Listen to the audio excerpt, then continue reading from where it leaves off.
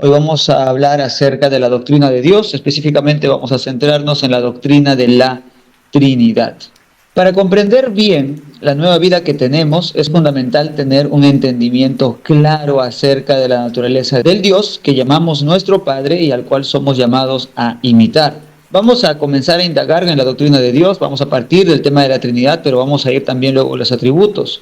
Una de las preguntas que tenemos que hacernos es por qué es tan importante indagar en estas cosas que, como ya van a ver, resultarán un tanto complicadas. Y es que, aunque en primer lugar indagamos, aprendemos, queremos saber más acerca de Dios porque Él es valioso, es lo más valioso que hay en el mundo, que hay en el universo, que hay en la existencia, y por lo tanto Él merece ser apreciado, admirado, para lo cual necesitamos conocerlo mejor. También, en un sentido del porqué de nuestra vida, necesitamos aprender quién es Él. Nosotros tenemos que valorar la vida que tenemos, y para valorar la vida que tenemos, que Dios nos la dio, necesitamos conocer quién es Dios. De otra forma no vamos a poder valorarlo. No valoraríamos nosotros de repente un pequeño objeto que está en el medio de nuestra sala si quizás no conociéramos que ese objeto fue un regalo que el rey le dio al abuelo porque el abuelo fue muy valiente en la guerra. De repente, como niños, jugábamos alrededor y no le prestábamos atención, o de repente casi incluso podríamos haberlo roto, pero luego de que nos cuentan quién es el que ganó ese trofeo o quién es, de quién proviene ese elemento que está en nuestra casa, y al saber qué hombre valeroso fue, qué hombre tan grandioso fue, entonces comenzamos a valorarlo. Nosotros tenemos una vida divina en nosotros. De hecho, hay un buen libro que me gustaría recomendarles que se llama La vida de Dios en el alma del hombre, de Henry Scougal, editorial Legado Bautista Confesional, si pueden leerlo, muy bueno. También hay otro que se llama La nueva vida de Dios en el alma del hombre, que es un comentario sobre el libro anterior que les menciono, que es un libro muy antiguo. Y este nuevo comentario, no me acuerdo el nombre del autor, pero es de editorial Nehemías, también muy bueno. Entonces, esta nueva vida divina que hemos obtenido es de Dios. Dios nos la ha dado. Pero ¿cómo podríamos valorarlo si no sabemos quién es aquel que nos la dio? Por otro lado, somos llamados a imitar a Dios. ¿Y cómo podríamos imitar a nuestro Padre si no sabemos cómo es Él? Por eso entonces es tan necesario que indaguemos acerca de quién es Dios. Y Dios no es una fuerza abstracta o una mera energía presente en nuestro entorno. Al contrario, Él es el Creador supremo y sabio, el soberano de todo el universo, como se describe en el relato de la creación en Génesis capítulo 1. La revelación bíblica nos presenta a Dios como una Trinidad: el Padre, el Hijo y el Espíritu Santo. Esto es, que Dios es tres personas distintas. Y vamos a ver este testimonio en las Sagradas Escrituras. Mateo 3, 16 al 17 nos dice: y Jesús, después que fue bautizado, subió luego del agua. Y aquí los cielos fueron abiertos y vio al Espíritu de Dios que descendía como paloma y venía sobre él. Hubo una voz de los cielos que decía: este es mi Hijo amado, en quien tengo complacencia. Las Escrituras nos describen aquí en esta escena a tres personas, y el testimonio que nos dan es que son tres personas distintas. Tenemos a Jesús, que está siendo bautizado, tenemos al Espíritu Santo, que está descendiendo en forma de paloma, y tenemos la voz que desciende de los cielos. Hubo una voz que todos identificamos como el Padre, que dice: este es mi Hijo. ¿Por qué el Padre? Porque dice: este es mi Hijo. ¿Por qué el Padre? Porque dice Hijo. No hay forma. Este es mi Hijo. Dice, no dice yo soy mi Hijo amado. Dice este es mi Hijo amado. Entonces, el testimonio bíblico y las mismas palabras de nuestro Dios enseñan que el Hijo es diferente al Padre y que el Espíritu es otro. El Hijo es otro, el Padre es otro, el Espíritu Santo es otro. Tres personas que son distintas.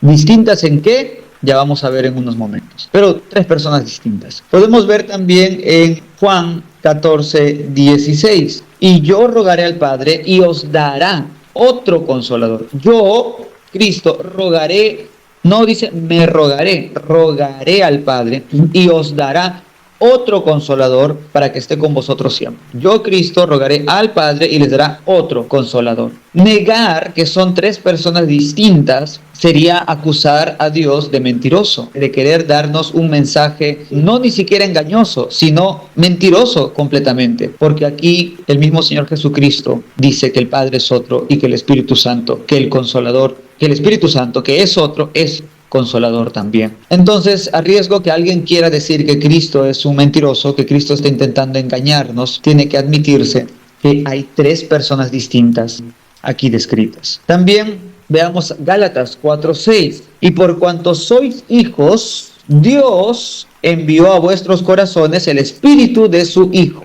Aquí Dios hace referencia a Dios el Padre. ¿Por qué? Porque está en contraposición del Hijo. Dice, el Hijo aparte. Dios envía al Espíritu.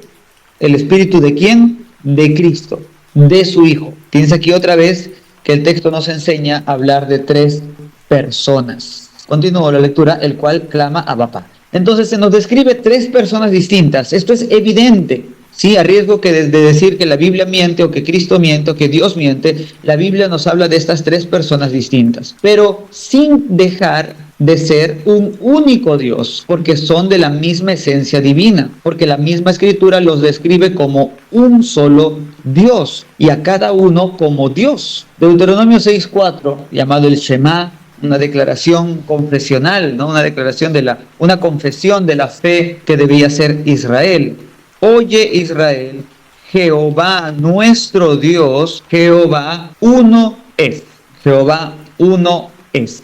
Este uno, este Ejad, que es en hebreo, no está diciendo uno en persona, solo está diciendo uno en ser. ¿En qué sentido? Vamos a tener que aprenderlo. Pero dice uno en ser. Esta misma palabra es utilizada cuando dice dejará el hombre a su padre y a su madre y serán una sola carne. O cuando en Nehemías, si no me equivoco, dice que todo el pueblo de Israel se reunió como un solo hombre. En términos muy fundamentales se nos dice que es un solo ser. Hemos visto que las Escrituras nos describen tres personas, pero vemos que el Antiguo Testamento nos dice que es un solo ser. ¿Se puede decir ambas cosas sin negar ninguna? Claro que sí. Son tres personas, un solo ser. Pero veamos también lo que dice Romanos capítulo 9, versículo 5, de quienes son los patriarcas y de los cuales según la carne vino Cristo, el cual es Dios sobre todas las cosas. ¿Quién es Dios sobre todas las cosas? Cristo. Vino Cristo, el cual es Dios sobre todas las cosas.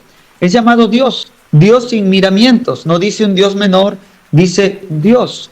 La Escritura llama a Cristo Dios. Y de esto hay muchos versículos en la palabra de Dios. Pero veamos también 1 Corintios 8:6. Dice, para nosotros, sin embargo, solo hay un Dios, el Padre. Entonces, ¿cómo se puede llamar a Cristo Dios? Por supuesto que una forma de resolver esto sería decir, no, es otro Dios. Pero eso es imposible, por lo que vamos a seguir viendo. La forma trinitaria, clásica, cristiana de resolverlo es decir que ambos son el verdadero Dios. ¿Por qué? Porque son la forma de ser de Dios. Así existe Él. Cada cual tiene la plenitud de la deidad. Esta es la respuesta cristiana y vamos a ver que así es por la palabra de Dios. Romanos 9:5 entonces nos dice que el Hijo es Dios y 1 Corintios 8:6 nos dice que el Padre es Dios. También es conocido Juan, el Evangelio de Juan capítulo 1, versículo 1. En el principio era el verbo era con Dios y el verbo era Dios. Claro que sí. Juan 1:1. Hechos 5:3 y 4 nos dice, y dijo Pedro, Ananías, ¿por qué llenó Satanás tu corazón para que mintieses al Espíritu Santo y sustrajeses del precio de la heredad, reteniéndola? ¿No se te quedaba a ti? ¿Vendida? ¿No estaba en tu poder? ¿Por qué pusiste esto en tu corazón? No has mentido a los hombres, sino a Dios. Le dice, has mentido al Espíritu Santo. O sea, no has mentido a hombres, sino a Dios. Se lo aclara, por si le quedaba dudas. Y otra vez, Dios aquí sin miramientos, sin distinciones. El Espíritu Santo es llamado Dios. Entonces tenemos aquí el testimonio de que Cristo es llamado Dios, de que el Hijo es llamado Dios, que el Padre es llamado Dios y que el Espíritu es llamado Dios. Pero también tenemos ese testimonio de que solo hay un Dios verdadero, que no hay múltiples dioses. Primera de Juan 5:7 nos dice, porque tres son los que dan testimonio en el cielo, el Padre, el Verbo y el Espíritu Santo. Y estos tres son uno.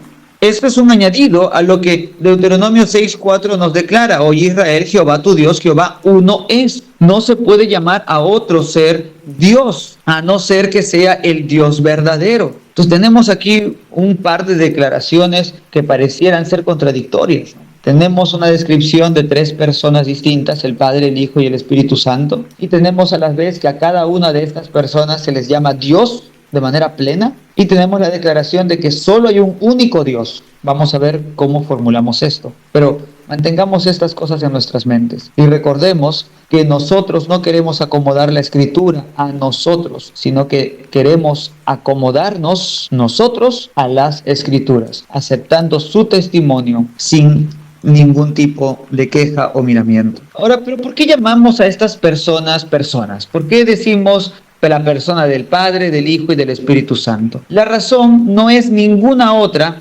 sino solo para enseñar que tienen relaciones y que se relacionan entre ellos y con nosotros. Estas tres personas entonces se distinguen entre sí, o la razón por la que llamamos personas, para distinguirlas, es que tienen relaciones internas entre ellas. Por ejemplo, el Padre, la relación con el Hijo es la de paternidad, y el Hijo, la relación con el Padre es la de filiación, y la del Espíritu Santo, la relación con el Padre y el Hijo es la de procesión, o sea, que viene de. Esa es la forma en la que existe Dios. Esa es la distinción que hay entre el Padre, el Hijo y el Espíritu Santo, las relaciones que tienen entre ellos. Ahora, también las Escrituras nos ayudan a comprender estas distinciones entre las personas a través de sus acciones en la creación. Tenemos siempre que recordar que podemos hablar de Dios ad intra y podemos hablar de Dios ad extra. Ad intra significa adentro, hacia adentro, y ad extra significa hacia afuera. Ad intra, hacia adentro, las únicas distinciones que hay entre el Padre, el Hijo y el Espíritu Santo son las de las relaciones que tienen. Y ad extra, hacia afuera, hay muchas distinciones que Dios nos enseña. Por ejemplo, se nos dice principalmente que el Padre es creador, que el Hijo es redentor y que el Espíritu Santo es aplicador. Fue el Hijo el que se encarnó, no fue el Padre ni el Espíritu Santo. Pero estas distinciones no soslayan, no evitan, no deben hacernos olvidar que son una unidad indivisible en su ser, en su voluntad y en su actuar. No son tres dioses como para que pudieran estar separados. Vean lo que dice Juan 10:30. Yo y el Padre uno somos. Yo y el Padre uno somos.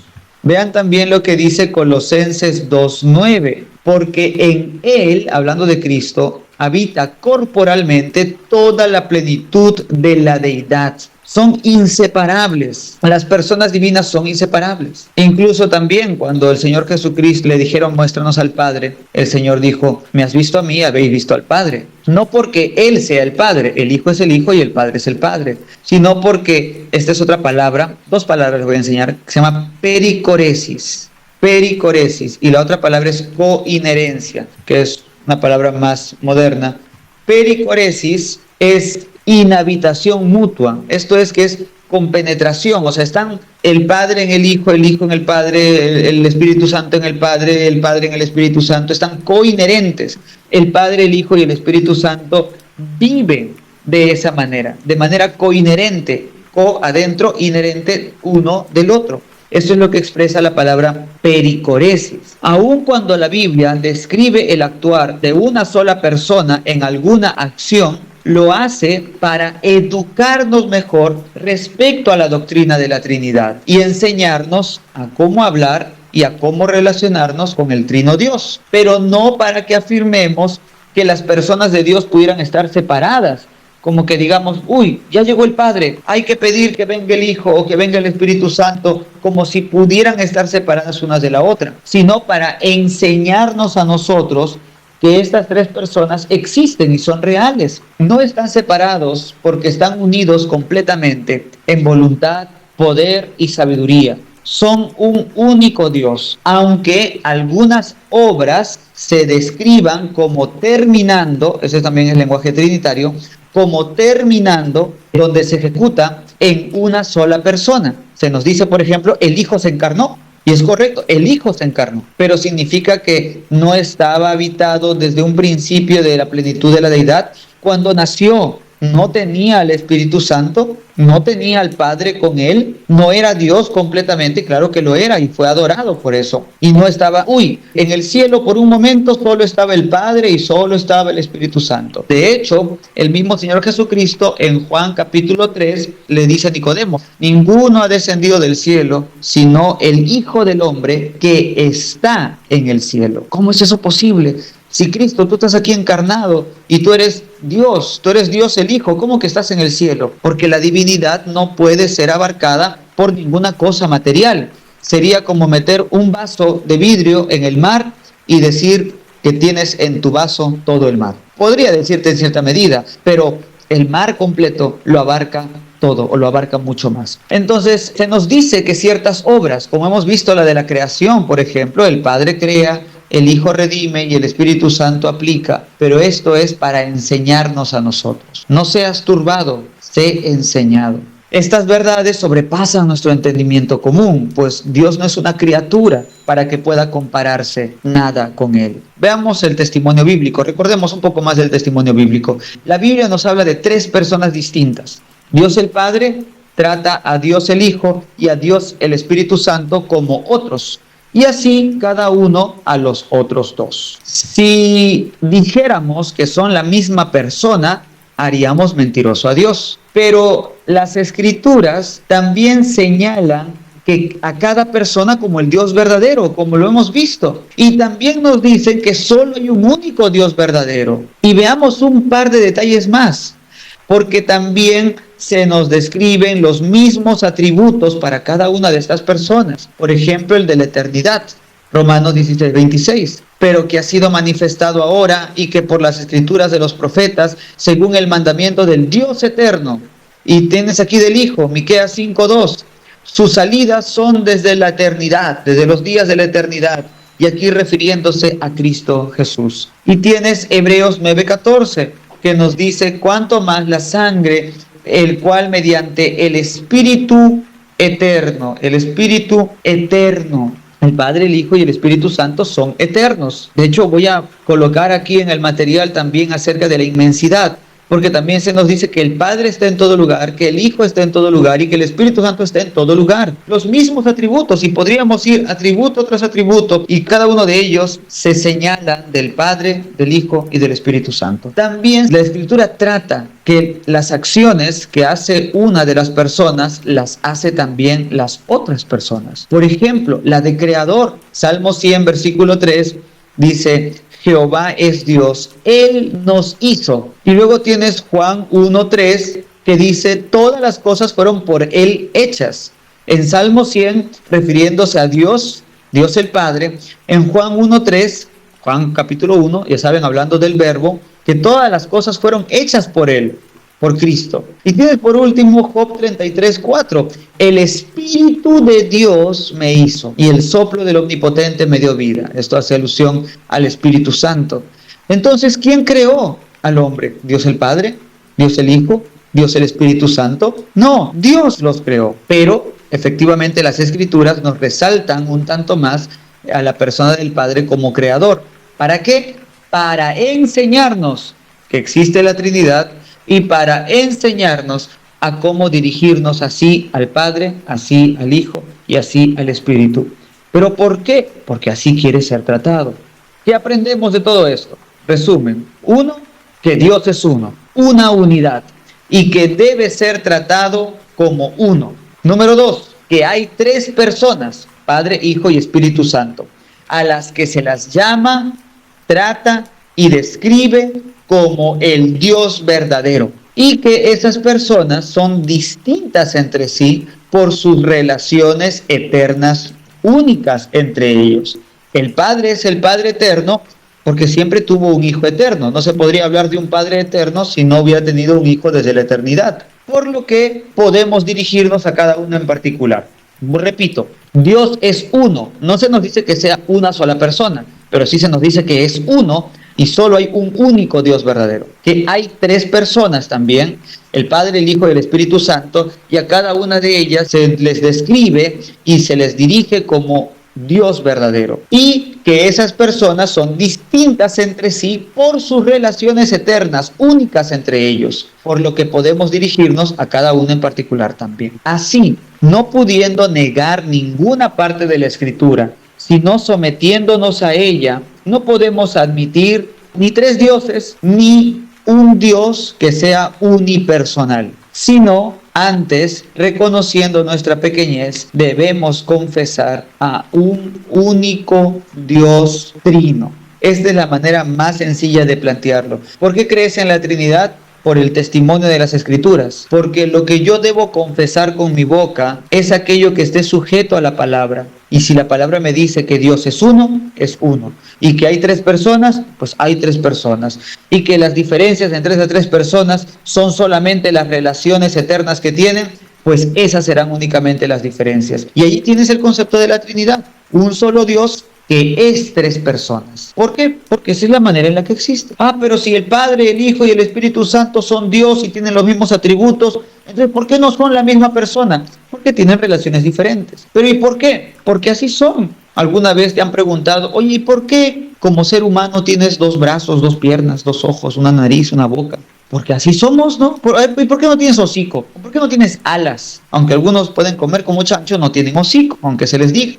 ¿Y por qué no tienes tentáculos babosos como un pulpo? Porque no soy pulpo, porque mi forma de ser es de esta manera, de la manera en la que conoces a los seres humanos. Pero Dios no tiene nada con qué ser comparado. Y la forma de ser de Dios, ¿cómo es Dios? Es así. Dios es tres personas con relaciones internas diferenciadas sin ningún otro tipo de diferencia. Ahí a eso es a lo que el testimonio de las Escrituras nos lleva, y también esa ha sido la fe confesada por los cristianos desde el principio. Cuando los cristianos razonaron sobre estos puntos, hicieron el mismo ejercicio que estoy haciendo yo con ustedes.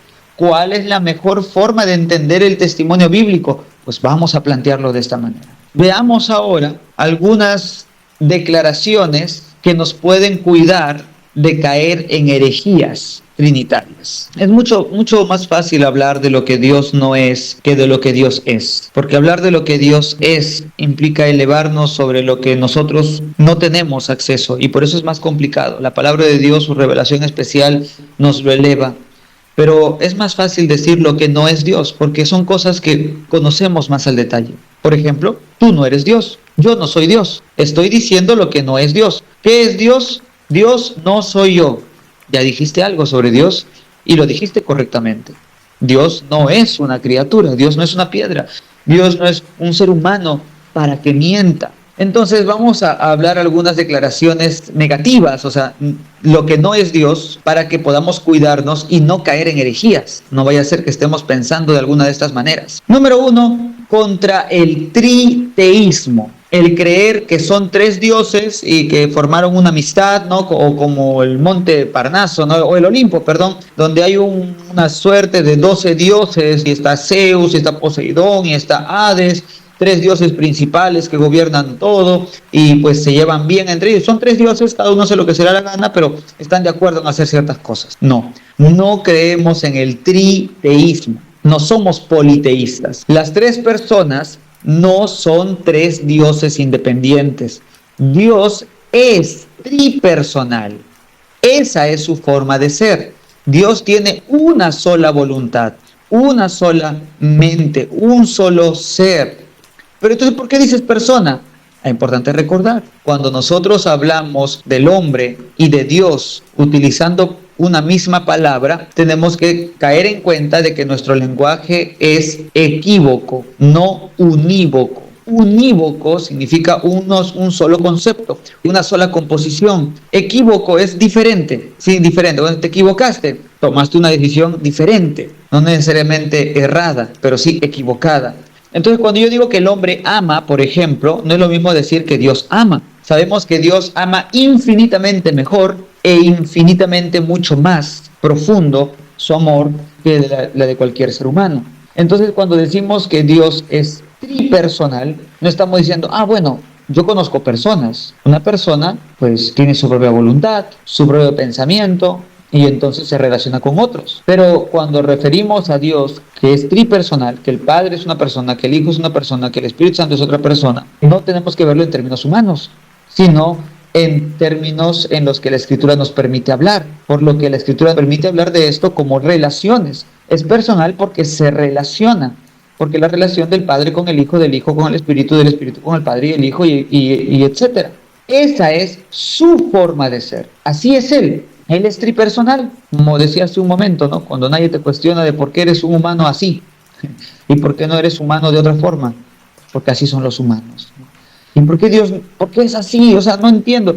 Porque Él es así, ¿qué vas a hacer? Pero no son tres dioses, es un solo Dios verdadero, porque así la Escritura nos pide, nos enseña que es Dios. Oye, Israel, Jehová tu Dios, Jehová uno es. Tres son los que dan testimonio en el cielo, el Padre, el Verbo y el Espíritu Santo, y estos tres son uno.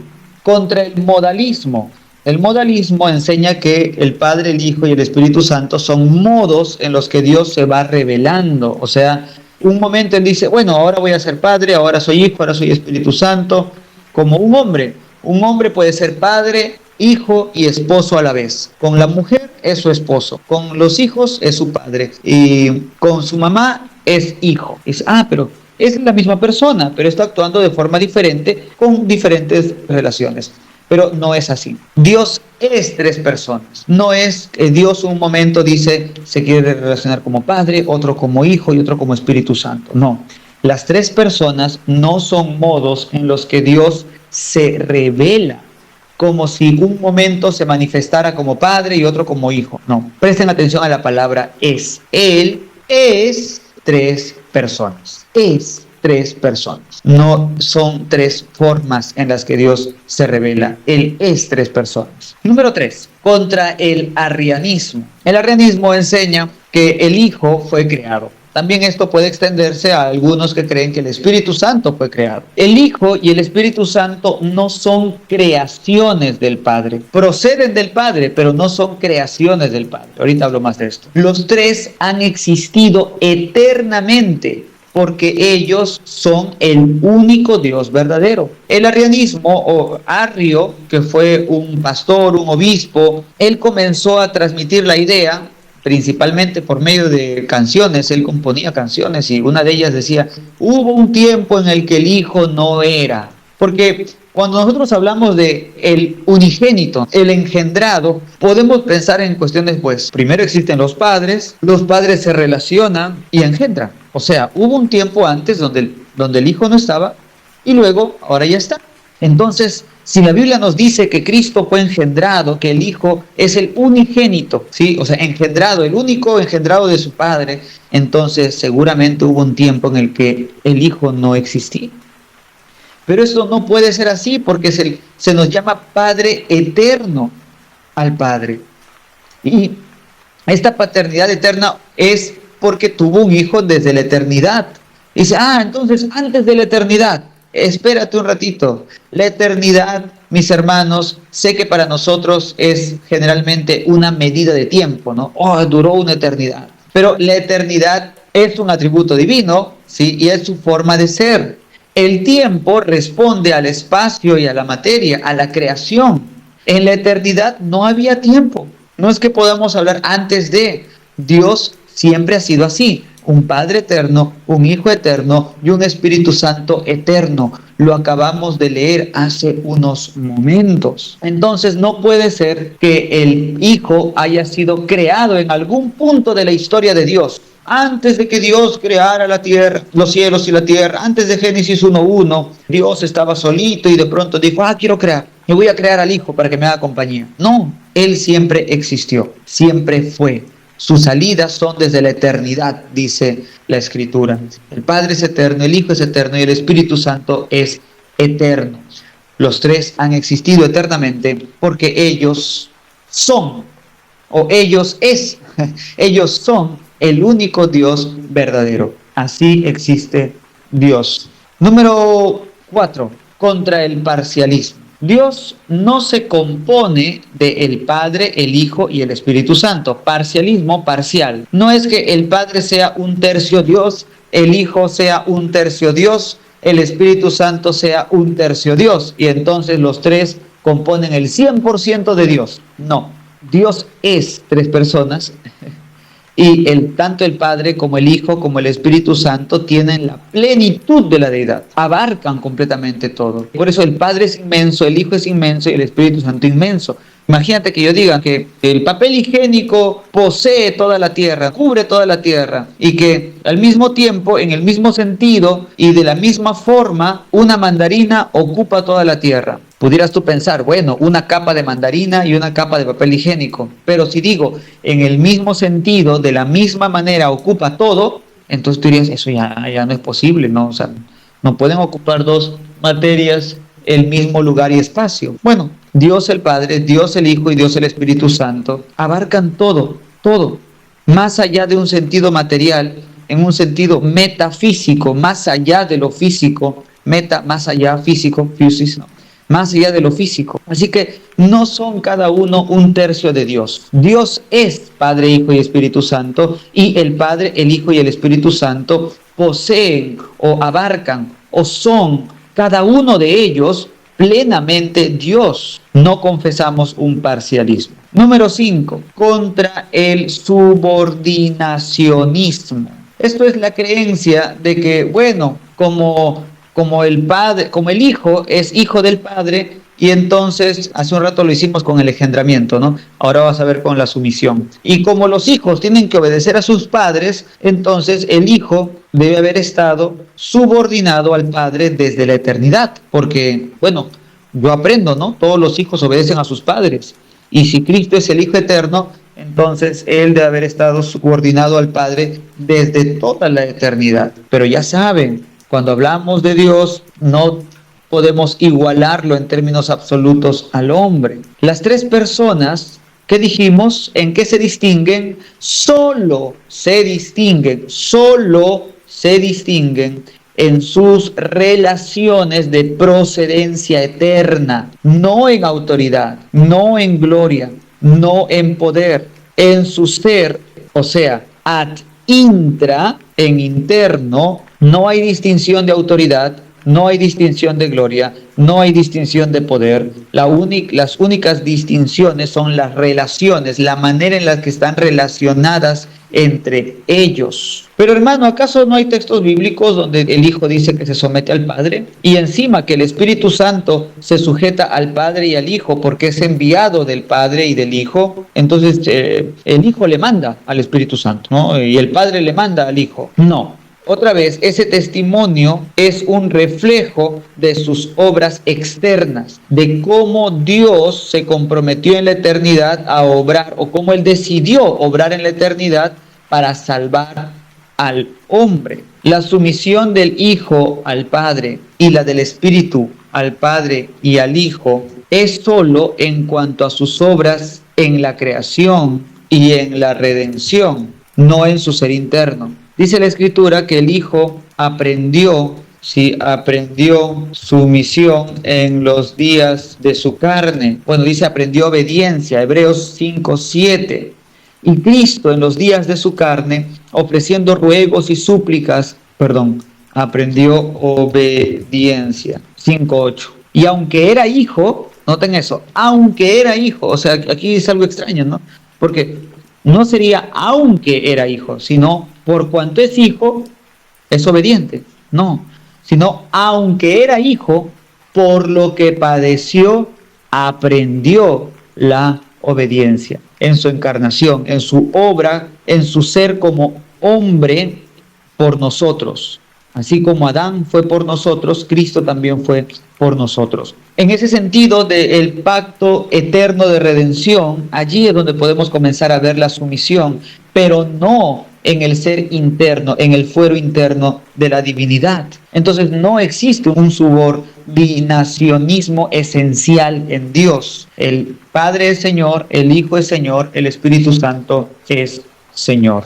Por último, número 6, contra el unitarismo. Cada persona de la divinidad es plenamente Dios.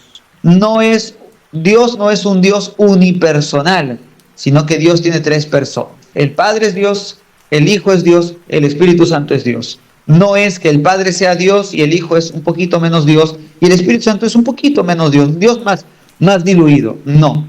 Cada persona divina es plenamente Dios. Nuestro Dios no es un Dios unipersonal, es un Dios tripersonal.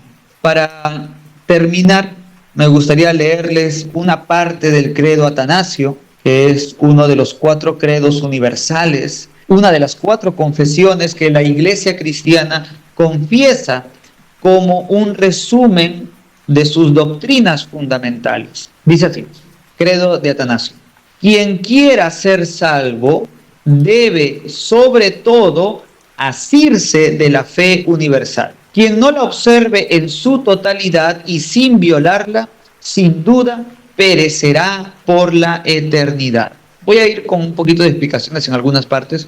Obviamente, cuando uno se convierte al Evangelio, hay muchas cosas de la Trinidad que no entendía. Por ejemplo, ¿quién de ustedes ha entendido todo lo que acabo de mencionar en el momento en el que dijeron yo creo en Cristo? Probablemente no. Pero si bien Cristo es la piedra del ángulo, como dice Efesios 2:20, esa piedra del ángulo sostiene ciertas doctrinas. Y quien ha creído en Cristo terminará creyendo en esto. Así que también podemos leer este credo en términos negativos. No deberías negar estas cosas. Puede ser que no las entiendas todavía. Sí, pero ten paciencia. Mientras no las entiendas, estúdialas con paciencia. Pero no las niegues, porque están allí, plasmadas en la palabra de Dios. Porque es lo que la Escritura nos ha transmitido y es lo que la Iglesia también nos ha enseñado. Recuerden las clases anteriores acerca de la autoridad de la Escritura y de lo que significa el derecho al juicio propio. Confía, pero obtén tus convicciones de la palabra de Dios. Si has creído en Cristo de verdad, terminarás entendiendo en mayor o menor medida y aceptando y amando la doctrina de la Trinidad. Ese es el resultado para todo aquel que ha creído verdaderamente en Cristo Jesús. ¿Y qué ocurre si alguien rechaza la doctrina de la Trinidad? No es lo mismo decir, hermano, aún no lo entiendo, ¿no? Que decir, yo creo que la doctrina de la Trinidad no es bíblica. Nadie puede ser salvo rechazando conscientemente la doctrina de la Trinidad, porque la doctrina de la Trinidad es una doctrina fundamental. Ahora bien, continúo leyendo. Ahora bien, esta es la fe universal, o sea, la fe católica. Fe católico significa universal. La Iglesia Católica Romana no es la Iglesia Católica. Desde el momento que se atribuye romana, entonces se autolimita a una zona y se cree que es la única iglesia. El día de hoy, bueno, ha variado un poco desde el Concilio de Trento al Concilio Vaticano II, ha variado mucho, pero católico significa universal. Confesarse católico simplemente significa creer que hay más iglesias verdaderas fuera de tu propia iglesia local y fuera de lo que tú secundariamente crees en tu iglesia local. Aunque otros no crean como tú, también son salvos, también son hijos de Dios. Obviamente no estamos hablando de diferencias en las doctrinas fundamentales, sino en las secundarias o terciarias. Ya hablaremos de esto en otra oportunidad, pero puede haber creyentes e iglesias verdaderas y sanas, aunque no crean exactamente como creen en tu propia iglesia local. Eso es lo que significa fe católica o fe universal. Ahora bien, esta es la fe universal. Adoramos a un Dios en Trinidad y la Trinidad en unidad, sin confundir las personas ni dividir el ser divino. Espero que esto les traiga memoria de lo que hemos estado hablando hace un momento. Porque el Padre es una persona, el Hijo otra y el Espíritu Santo también otra. Pero la deidad del Padre, Hijo y Espíritu Santo es una, igual en gloria, coeterna en majestad. Lo que es el Padre es el Hijo y también lo es el Espíritu Santo, no en su personalidad, no en su persona, sino en sus atributos. Lo que es el Padre, lo que se puede atribuir al Padre, deidad, poder, omnisciencia, omnipotencia, omnipresencia, es el Hijo y también lo es el Espíritu Santo. El Padre es increado, el Hijo es increado, el Espíritu Santo es increado. ¿Se acuerdan? No es que hubiera un tiempo en el cual no existieran, no fueron creados, son así eternos. El Padre es infinito, el Hijo es infinito, el Espíritu Santo es infinito, lo abarcan todo porque son el mismo Dios. El Padre es eterno, el Hijo es eterno, el Espíritu Santo es eterno.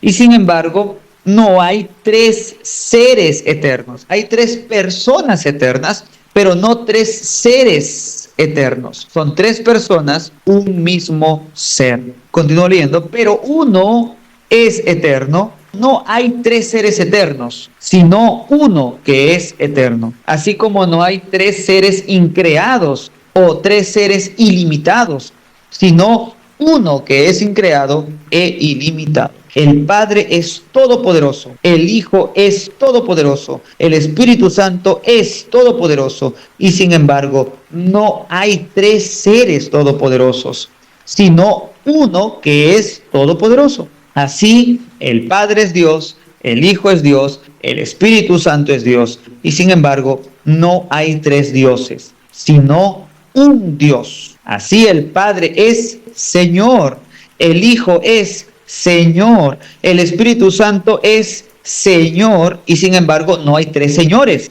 sino un Señor. Como la verdad cristiana nos compele, nos llama, nos mueve a reconocer cada persona en particular como Dios y Señor, así la religión universal, o sea, el cristianismo, nos prohíbe decir que hay tres dioses o tres señores, como si fueran independientes. No se dice tres dioses ni tres señores. El Padre no fue hecho, ni creado, ni engendrado. El Hijo tampoco fue hecho o creado, pero sí fue engendrado. Ahí está la relación que tiene con el Padre, del ser engendrado, la de filiación. Pero sí fue engendrado por el Padre. El Espíritu tampoco fue hecho o creado, pero procede del Padre y del Hijo. Ahí está su relación, su procesión. Así hay un Padre, no tres padres.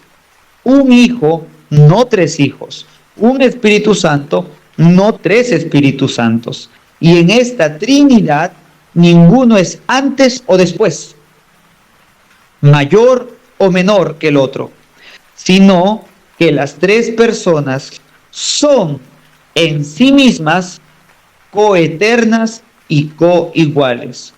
Y por ello debemos adorar la Trinidad en unidad y al único Dios en tres personas. Así es como se debe pensar acerca de la Trinidad quien quiera ser salvo.